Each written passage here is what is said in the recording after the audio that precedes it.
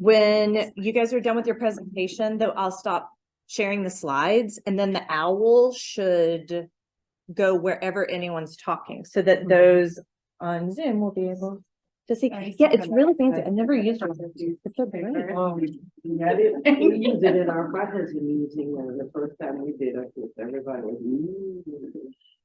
and then students have been using the various things that I can skip behind it. That's really interesting.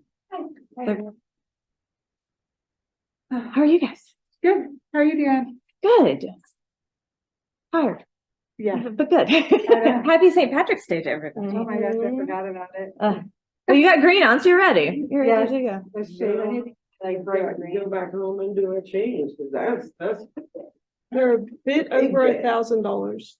huh? They're a bit over $1,000. HHS has them to sign out. We use it in the dean's conference.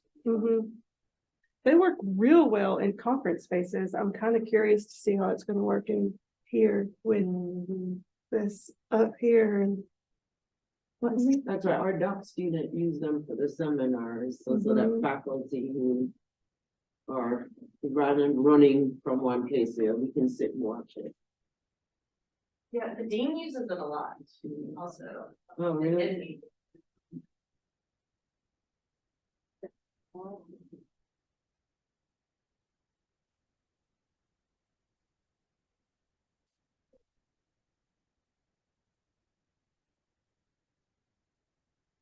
Slideshow. Do you remember what the slideshow is called?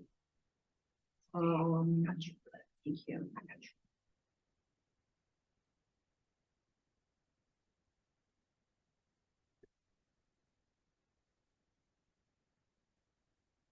I participated in for dissertation defense the other day. The student, just wonderful, like the presentation, everything, which they did really well. And at the end of it, they're, like the community or whoever's in that class and stuff. This time there'd been this older gentleman in there. So people were of color, and this older gentleman, black gentleman, was in there, and he asked her a question. Like his name was there, but I didn't like. His name didn't connect with her name. right. Turns out, so she's doing research on first generation millennials at HBCU. Yes. That's her also, technically, because her parents did not attend. Higher ed. She shares, and I want to introduce you to my uncle. Who got his PhD at A&T, just 70 years ago. And he's here, like I'm choking up, like thinking about and the mom is on the call crying, and like all the numbers are crying, and like so, and she was talking about like the meaning of it and stuff.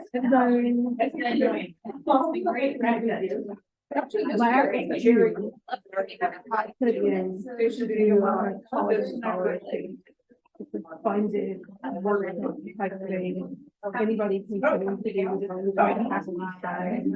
I was supposed to do one for, and it was supposed to be for the spring for the integrated. Well, see, the dollar store Hadn't when I announced I was leaving, faculty development said we're gonna leave this up to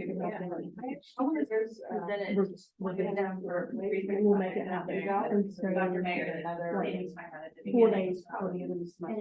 so I was giving. Not publicized. But that meeting.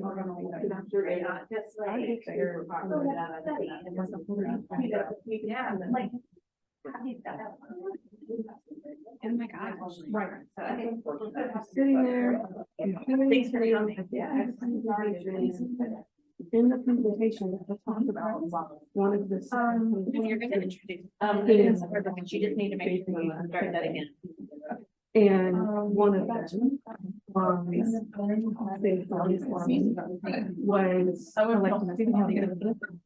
his sibling. He was made. I think we need to go ahead. What? I think we need Um, to start. So, do you have your script? I will go ahead and start the camera. And then. Well, there's. I'd never met him. I'd never talked to him. So they'll get a start. I knew who he was as Can't have that. Huh? Okay. Sorry, last sentence. Okay, good. I'm gone. I didn't respond. No, I haven't yet, and all my stuff's back. Yeah, okay, all right. I will. Yeah, or Dorcas will read. I don't know that what's too. happening with, Okay, all right, we got that running now. We got a website. We're we just- got a we're just- Survey. we're just I mean, gonna we've been busy. okay. Don't worry about what they were. But I give them credit. They learned. Is Emily? Yeah, no, that's great. Yes. We could probably have a question at all, or something. we should all- It's gonna be a rainy day project. You can make it yourself. I went on there. Really? I went on there. Oh,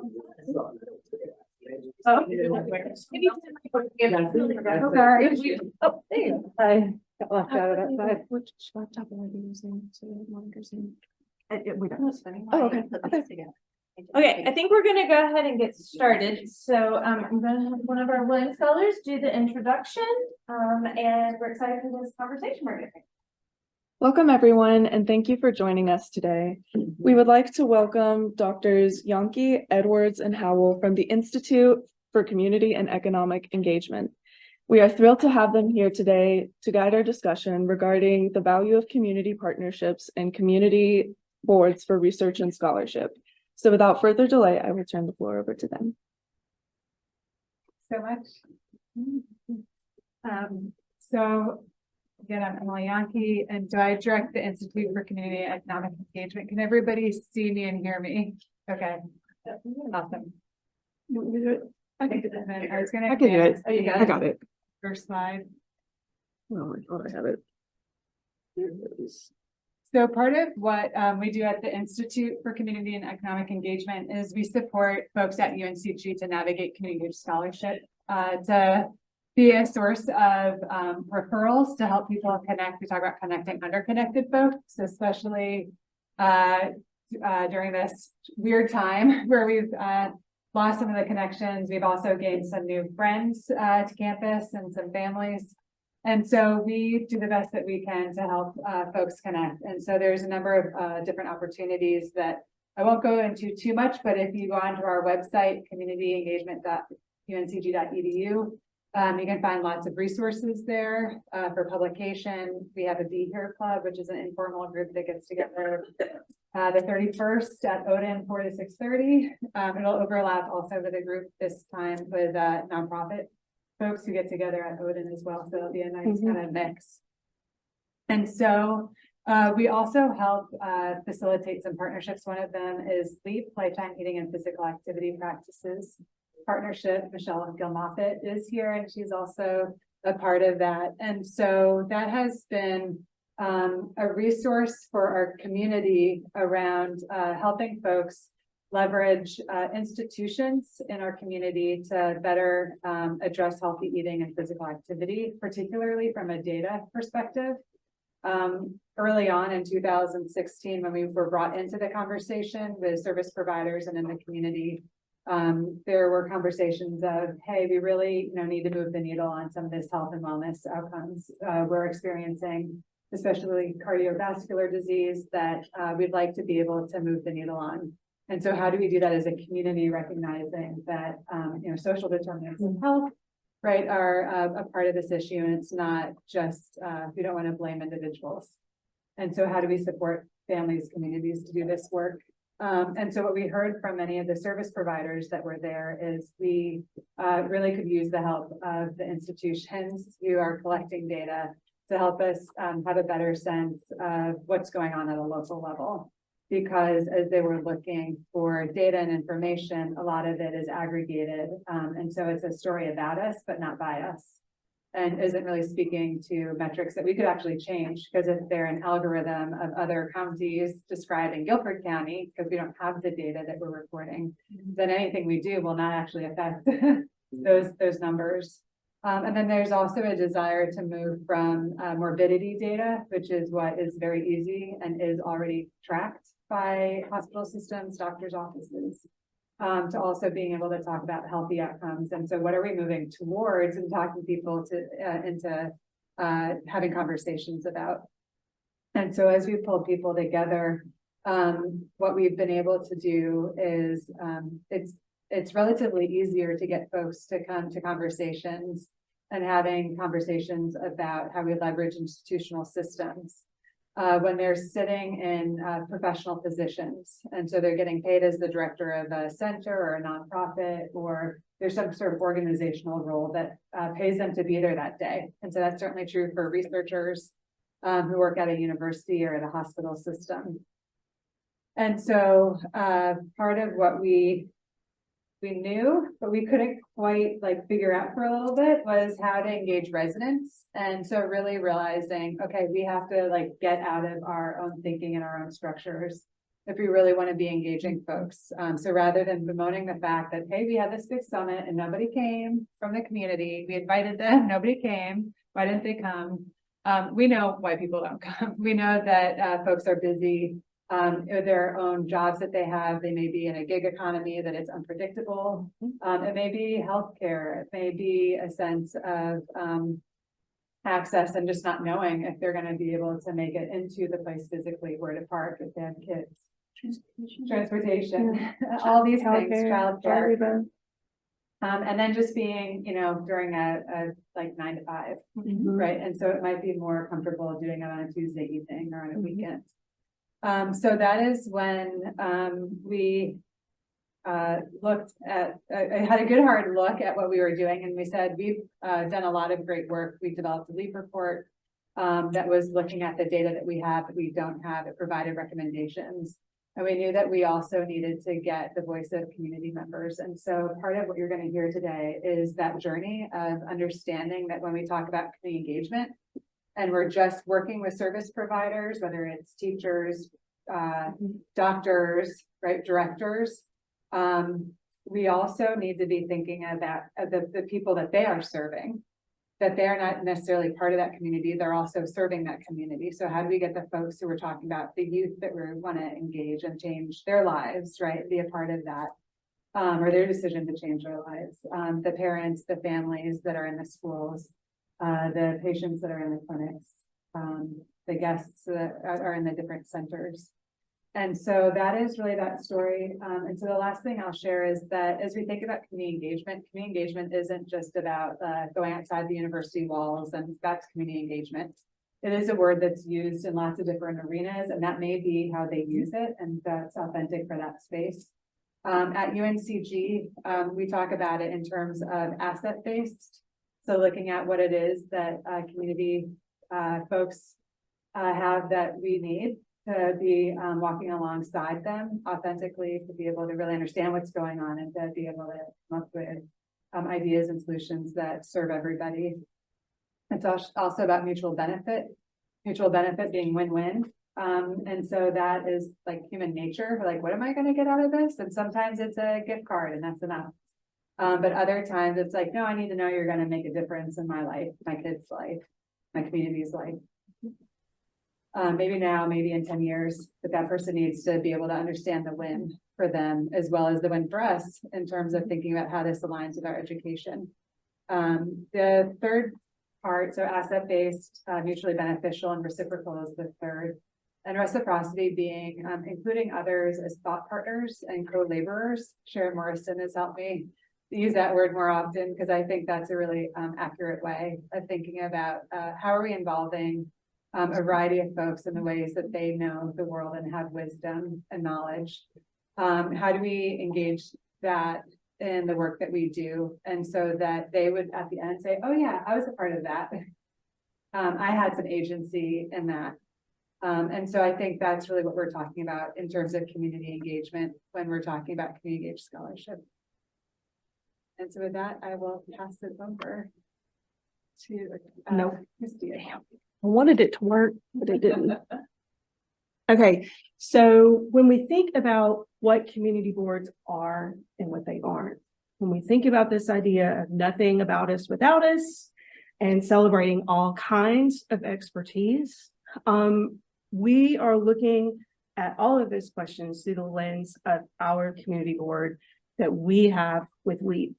And so community boards aren't barriers to research. I always start with that. You know, a lot of researchers look at the idea of a community board and they say, you're just adding another layer or another complication. And that's definitely not the case.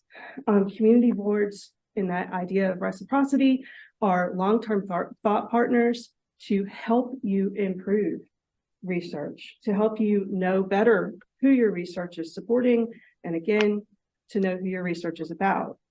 They aren't a service or a provider for research participants either, right? This relationship is bigger than the transaction of securing research participants for a study. So that relationship should never really be considered as transactional. It should be transformational. Relationships with community boards can and should, as Emily said, always be mutually beneficial. They can be mutually beneficial in a lot of different ways, not just to you as a researcher and to an academic professional, to students who are engaging with them, and to students who are doing that research, and also, obviously, back to the community and to the board itself. They can and should help shape your research. You shouldn't come to a community board when you're feeling the pinch or the crunch, right? You shouldn't come at the end. You shouldn't come to say, I'm just going to tell you the story now that we're done. You should plan research with your community board in mind, just as you would plan a research study with the population you seek to serve in mind. It's the very same mentality. And at the end of the day, all of those conversations can and should help to improve, strengthen, reinforce, and diversify the data that you collect during your research project. I'm gonna quit for Kathleen. So we're gonna talk about some of the ways that you might be able to work with the LEAP community board. And also just sort of share some reflections of like what they've learned and the things that they think are important. So when we talk and work with the board, we don't use like we were talking earlier about asset-based language. A lot of times when we think about research, it's about solving a problem or asking a community, what do you need? And really what we would encourage folks to think about is not what do you need, but what are your priorities? What's important to you? Because it may not be about filling a gap, it may be about enhancing and deepening the strengths that they already possess. So just an invitation to you all to think about the language you're using with your research there. And also just to share that community boards, an observation is that community boards are really attractive to researchers. They like the idea of them. But there's actually a lot of work that goes into maintaining a board and doing it well so that it's not just this thing that you can check off on like a research grant or something like that. And so that's partially why we like to make the LEAP community board available to researchers in general, because it doesn't make sense for you if you're doing a 1 or 2 year study to create a community board for that. Like it's just not enough time. If you're doing a 5-year study, certainly that makes a lot more sense that you would create your own board and And we would be excited to work with you to even help you like think about that. The LEAP Community Board is actually right now planning to provide mentorship to a proposal that is being reviewed for some research where that group is going to adopt a community board and set one up. And so we've created a just a plan where our board members will be able to provide mentorship, will be able to do shared trainings. So really just thinking smartly about like our resources and who knows this stuff. Just the board members. So our community board right now has about 10 members, and we are looking to recruit some new members. It is fluid that way. And so like another thing to sort of be prepared for when working with a community board is that it is not going to follow a plan. It's just not going to follow a plan. And so we've gotten more comfortable with that. And, you know, we know that whoever shows up are the perfect folks to be there. We know that whatever stories that they share, we're going to find like important nuggets of information in them. Sometimes even when it starts off as something you're like, how does this football game relate to the researcher's question? But it does, and we can make that connection. So with our board, what we do is we meet once a month, and we try to have during that meeting some time for community building, some time for professional development if we can, and then also at least one researcher who is coming to talk with the board about their research and has questions. You know, it might just be that you're at the very start and the board can offer you some ideas of like, have you considered this perspective? Or, you know, that's great that you think that the need in Glenwood is lighting, but actually a bigger problem are the dogs that aren't on leashes. You know, so they know communities and can guide some of that shaping of your research and your questions and everything. And so it could be at the very beginning, it could be at a stage like recruitment for participants. I think one of the things our board members love is being able to not play gatekeepers, but to play like the role of introducing and connecting. So they're not, while they're protective of their communities and want to make sure they're not getting exploited and stuff, they also are really excited about making sure that their community members get access to and get to participate in exciting things that are happening. And, you know, there could be other reasons why you want to talk to the board as well. And usually the way that we try to start off is having a meeting, not with the board members yourself, but first meeting with myself and Christy and sort of talking through kind of like, how are you going to present it? Usually there's a lot of work on language, for example, you know, turning like a research question into language that like your mom is going to understand or your, you know, your neighbor's going to understand, and talking about like the methodology in a way that doesn't sound institutional and bold and stuff.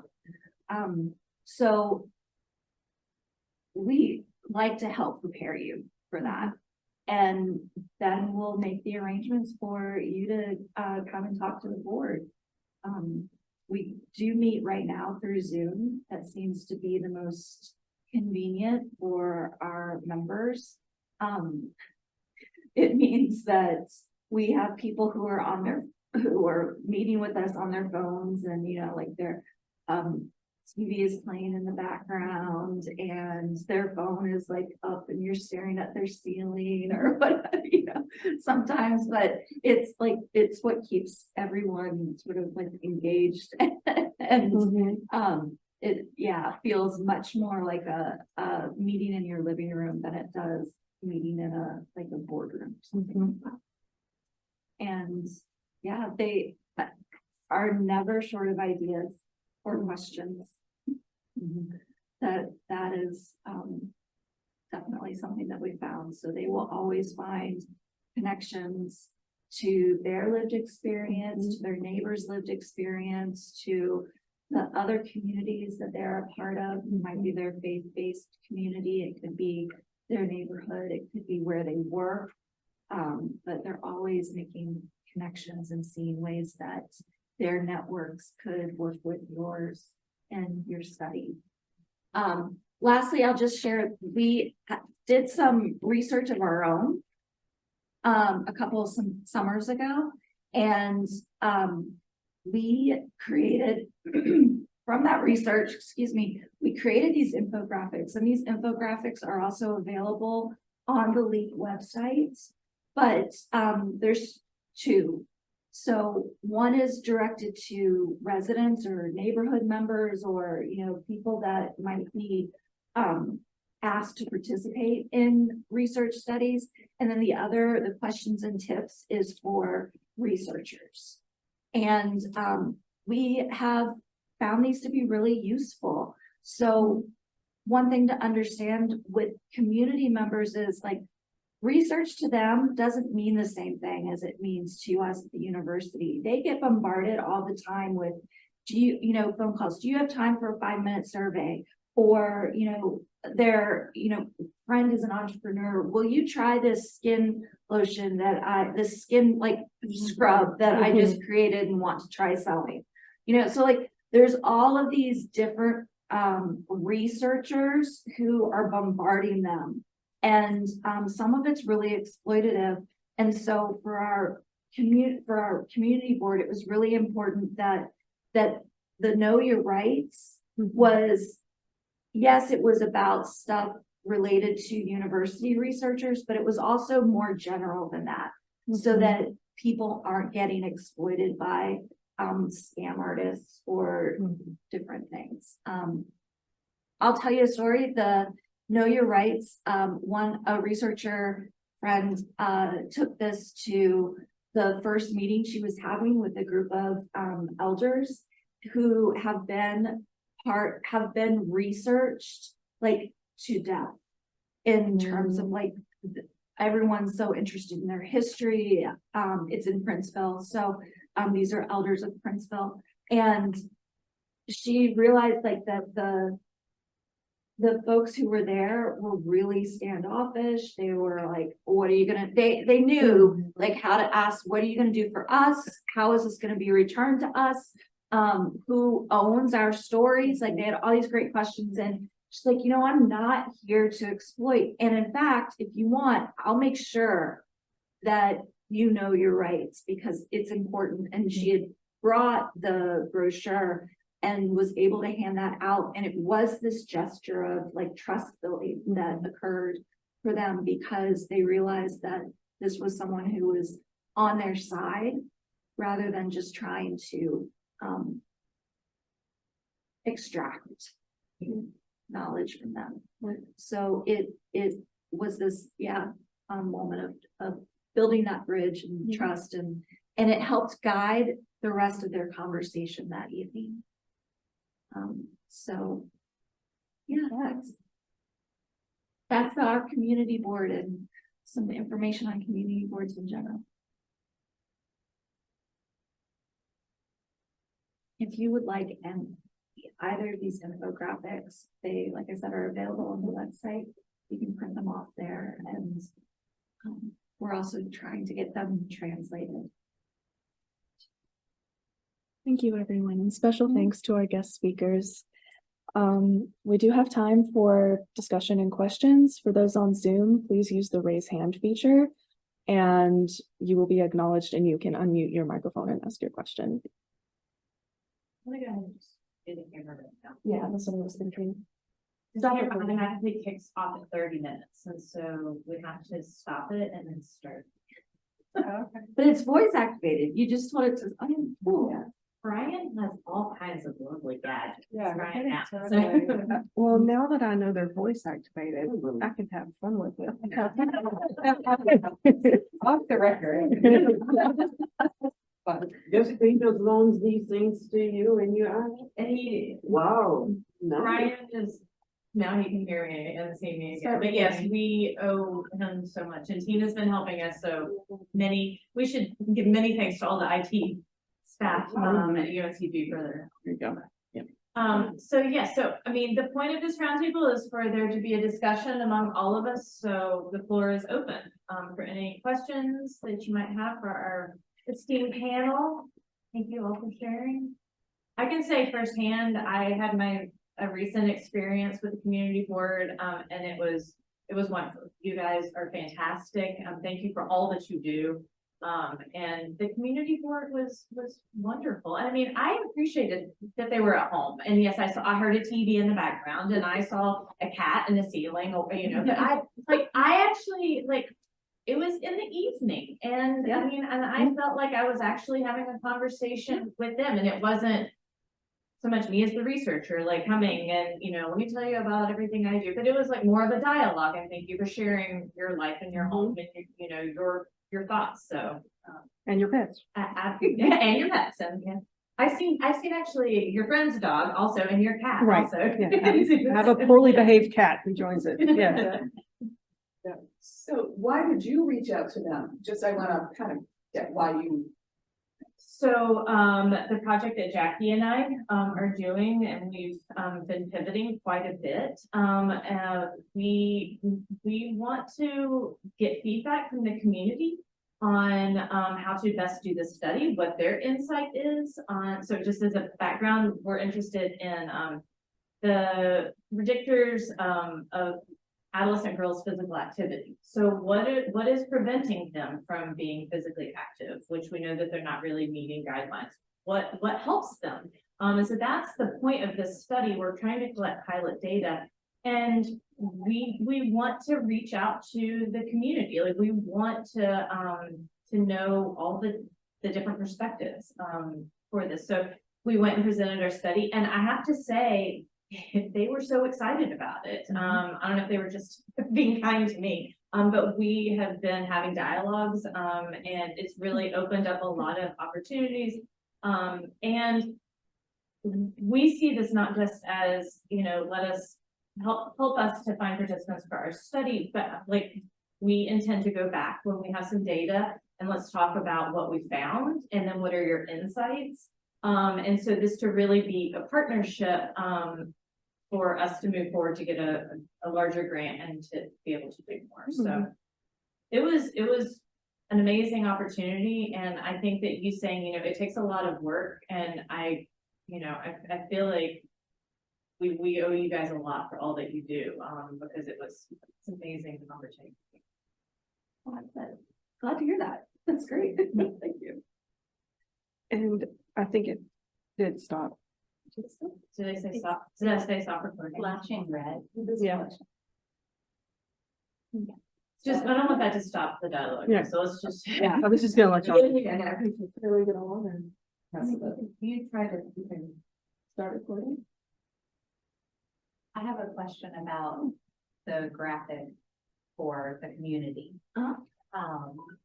Is that something that we would be allowed to share? Could I share that on I am a project coordinator for a study. So could I share that on our social media that our participants see? Yes, And what about potentially printing some to be able to have for people that are interested? Is that something I could contact you to get the actual? I also, why don't you introduce yourself also and say But because I think that would be helpful to this conversation. So far along in my project, I don't think I'm allowed to do community boards where I am now in the future. My name is Brittany Armstrong. I work in the kinesiology department. I started with Jess and Many moons ago. yes, Lori Weidman and several of the ones that were speaking today with the Right Track Project, working there. And then as that funding and things are finishing up there, now I'm the project coordinator for the physical activity and Alzheimer's disease. RO1 study that's in kinesiology by Dr. Jenny Etnier, and Lori Weidman is also a part of that one. She's a little bit on everything, huh? We are actually just about to enter what I'm calling year 6, but we just finished up year 5. So we're going into a no cost extension. We are one of those studies that a lot didn't happen because of COVID. So we are not done. We are still recruiting and behind in some of those recruitment strategies, trying to get enough people into the study. But we are working with 40 to 65-year-olds and trying to get them to commit to participating with us for a year. So that, you know, proves to be a little bit difficult.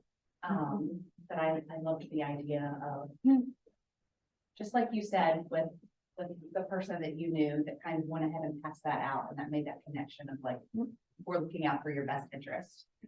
I mean, my dream would be that the Office of Research Integrity had this on their website and also highly encouraged anyone who is doing community engaged research or research in communities with residents that it almost be attached to the consent form.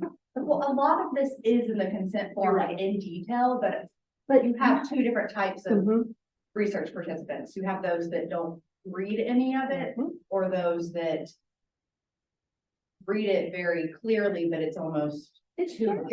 You know, it's a lot. Yes, exactly. It's not. Yes, and so it can be overwhelming, and then they're asking additional questions to sometimes be confused. Yeah. So, yes, please use it. We're trying to get translated in Spanish, and if there are other languages and folks want to do it and then share it back with us, like, we're happy to to do that. Absolutely. And to update the document. It's a Canva document, so. That's good. We have a question from someone on Zoom, and I'm curious if we're going to be able to hear or not. So that's why I came up here, because I'm not sure. Shirley, do you want to unmute yourself? Yes, So we I'm can hear unmuted. you. Yes, I appreciate the information and Oh, hold on. the There you are. Okay, try again. Are you there, Can you- Shirley? yes, can you hear me? We can. I appreciate all the information that was shared today, and I must attest to it is true that you need to engage with the community as a partner, not as a researcher coming in, as was said, extracting information. I'm presently working on a project with older adults, introducing them to electronic messaging their providers. And I had to chuckle because initially I went in with, this is what you need, because, you know, this is the wave of the future. This is how healthcare is going. And then I found that I had to backtrack and begin to incorporate, partner with the seniors, and have the dialogue change immensely. And the stories they shared with me were greatly an asset to going forward, and their trust that they know this is something that I'm not trying to do to get my research done, but this is something, as it was said, that would be helpful and something that hopefully would empower them. So I'm so glad that I'm in this discussion room, and I hope to get you said you have infographics or informatics? We do. I definitely. With switching, so I'll be happy to email those to you. Yes, I'm so I'm ecstatic about hearing what's being done, and it's true, it does work when you partner it partnership is great and the trust is definitely increased. Thank you so much. Absolutely, thank you. I had a thought, like you mentioned, like, oh, it's too late for us with the community board. I wouldn't actually agree with that statement, but that I think that you could still talk with the board. It's the types of questions that you might ask them. Right. And in your case, you know, one of the things that's always important in communities is that, like, you're doing this research, but what comes of it? And so part of the planning ideally would be that you're going to share what you learned with community, with the residents, and where you've recruited people and stuff. And so our board might be able to help you like explore ideas for how to get the information out there, how to share it, so that it's, yes, it's being published for one audience, in, you know, through articles and journals and stuff, but it's being shared locally with people who are either directly connected to the study or indirectly connected. Yeah, I think that's a good point, with the community boards. It's not just going in and asking the question on the front end, but also going in and sharing like, okay, we've done this research and this is how it can directly impact the community that we work in and reside in. And also then they can share that with service providers that they work with, and that it just, the information just has to get filtered out. Sometimes, like as a service provider, we don't always hear the research that you all are doing, but it can directly impact the work that we're doing and how we can increase something or partner to get funding and to do the project.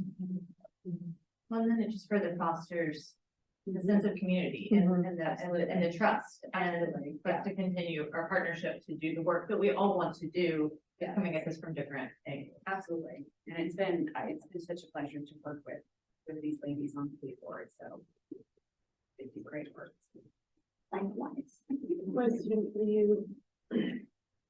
Sometimes these advisory boards or community boards are new to some populations, and so they need a bit of, it's the American way. And so they need a bit of training, and so do you offer that to groups?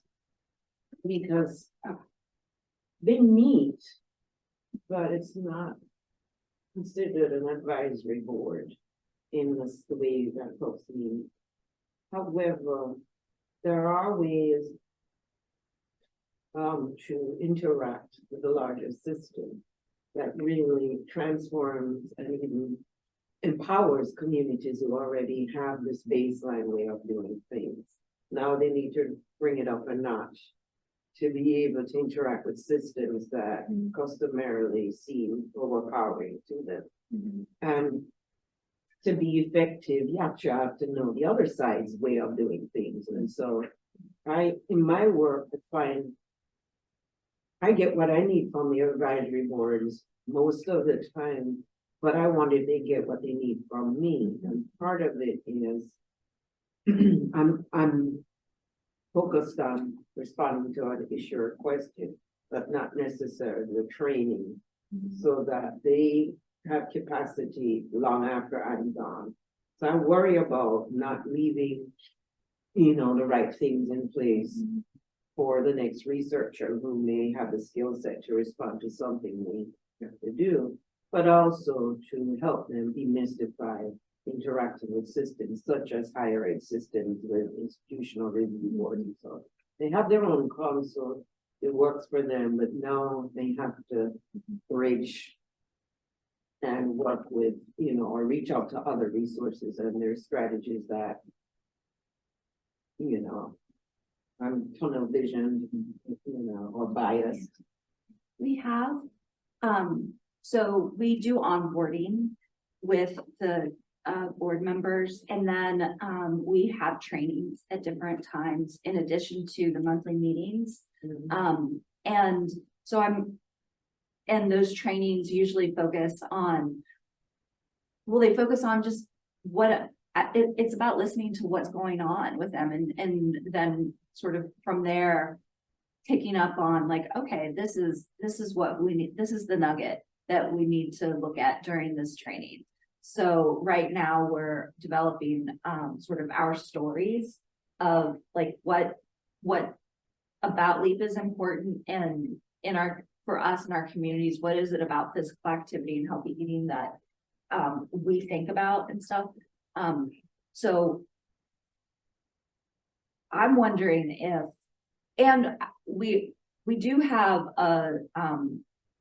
like a developing an ongoing sort of developing training resource that has, you know, a variety of information in it. But I'm wondering like if there might not be opportunities for us to work together and like if we want to do some sort of training, being able to connect our resources and bringing both boards together to do that training.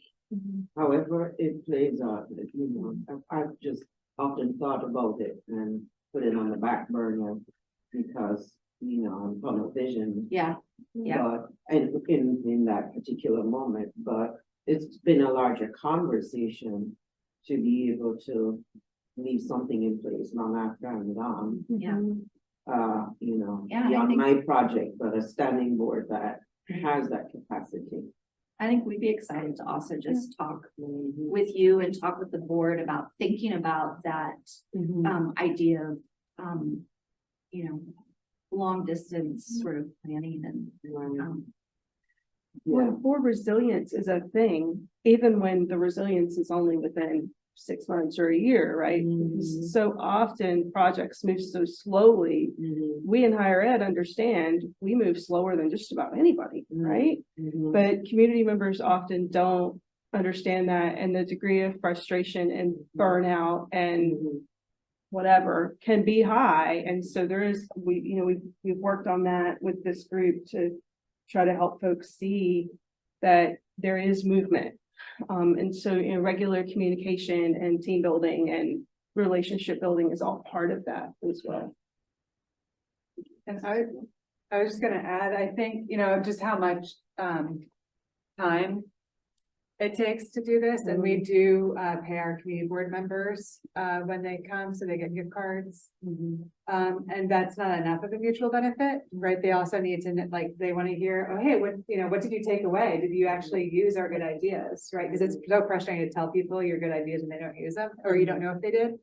So like, that's one of them. And so then also the training, Kathleen talked about community building, professional development, and then sort of like the project that they're advising on or the work that they're doing, that's part of the commitment to them being a part of this. And so, and then folks, you know, get busy with their lives, and so they can't show up, or they need to take a break, or they don't communicate for a while. And so that can lead to a lot of like your own head spinning of like, what's going on?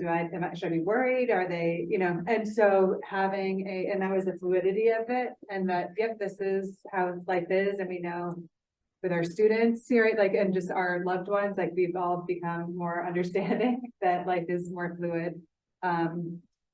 And so I think I would really, one of the things I want to say is that the Institute I see that I get to work with folks on is committed to continuing to fund this. So that it is a resource at UNCG and also for our community. So we also have partners at North Carolina A&T, Parks and Rec, Cone Health, I should say. And so we have also worked with their faculty, their staff, their service providers. And so our goal is for us to continue to steward this as a community resource because it is so difficult to do and it is so personal, and it does require really significant resources in terms of time and attention and dedication from our staff, right, showing up, and then also having some funding to pay for when we do get together, the food, the space, and trying to think of how else we can continue to contribute to that. So I would say, like, this is an incredible resource that we have at UNCG, so take advantage of it. And because if we don't use it in the way that we can continue to demonstrate the use of it, then it does get harder for the board to say, hey, does anybody care about, you know, working with us? We are here, and it's exciting to be doing meaningful work. And just from a perspective of how do we continue to support community engagement as we move forward at UNCG, this is one of the resources that we're really committed to that's not going away. And so we would love to work with you. Tell your friends. Tell your friends. Definitely. And, I'm just writing some things down, getting language ready. Infographics have been wonderful during COVID, and so I think for this type of thing, it will be very welcome. Great. A note on reciprocity, you know, like, we know that our default is payment. You know, our default is a gift card or something like that. And that can be appreciated. But there are other ways that we can show reciprocity and build that. And I just want to offer some of the ones that I know that, like, I've written letters of recommendation for board members. I've assisted them in job searches, prepared them, help them prepare their cover letters, or help them prepare their practice for their interview. I've also written letters of rec for school. So one of them is going to be in Sharon Here program in the fall. And so, like, there are these other ways of showing that yeah, beyond just the cards. I have a quick question, just to follow with that a little bit. Where are these people in the community coming from? How does someone join the board? What are the requirements? So to become part of it? And is there a lot of turnover in who's on the board? I think there's becoming a natural kind of, like, there's an ebb and flow to it. Sometimes we have like 14 people, other times we might have 10 or 8. And so that's part of that fluidity piece. In terms of recruitment, we have done the sort of general recruitment where we have created flyers, we put them at libraries, at the rec centers, in, you know, different places that people might see them. But very honestly, and I think to me, I see this as part of the capital of the board. What the best way that we have gotten committed members is through relationships. So the board started with a fair number of folks that I knew in the community already. And either they recommended someone or they wanted to participate themselves. And then we've gotten new board members based on who they think might be useful and stuff. We still have conversations around, like, let's make sure our representation, that we're representing diverse sort of populations and neighborhoods and faith groups and stuff.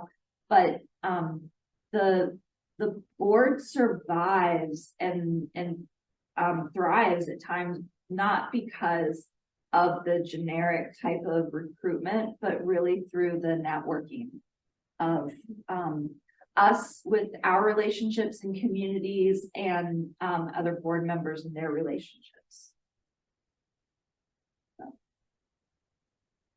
So how can we help support you guys and all the wonderful work you're doing? What do you need from us?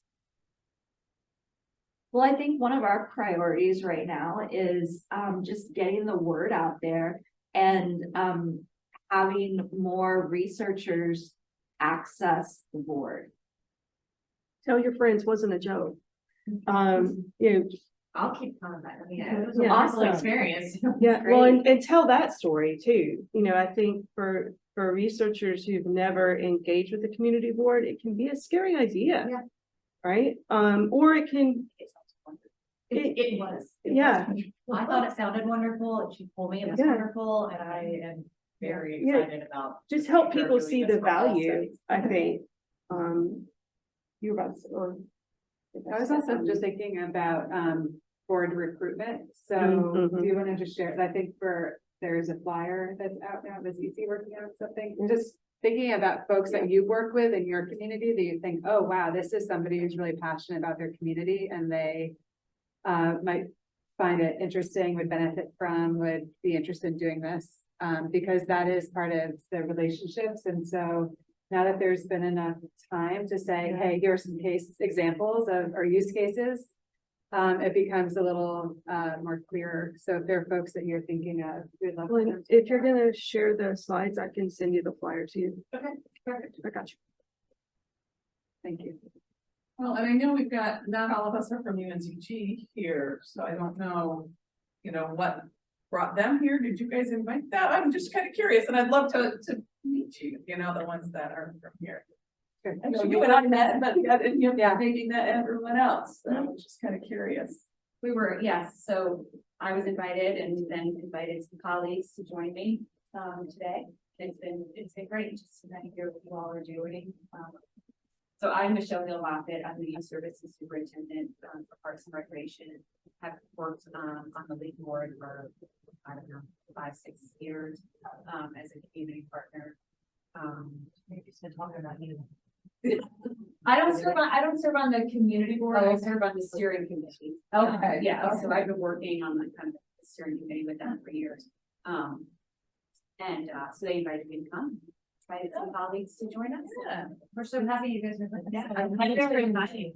It's been really nice to kind of hear the projects that are going on, because I think there are ways that we as a department can link in and think about how can we partner? I'm thinking about the project you just mentioned, like physical activity and young girls.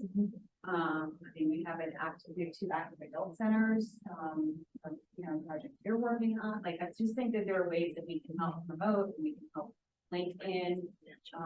She graces over 3 or 4 recreation centers, and she can help. There's just lots of ways that we can chat. I mean, that would be yes,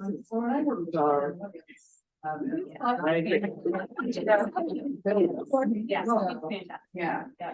We just put in a grant, myself and colleagues with the community partner, Monica Davis, position, a big overarching thing with mental health and youth and elders. And so we did get endorsement to go forward from Parks and Rec. But, our 2 populations that have high risk are, and you said,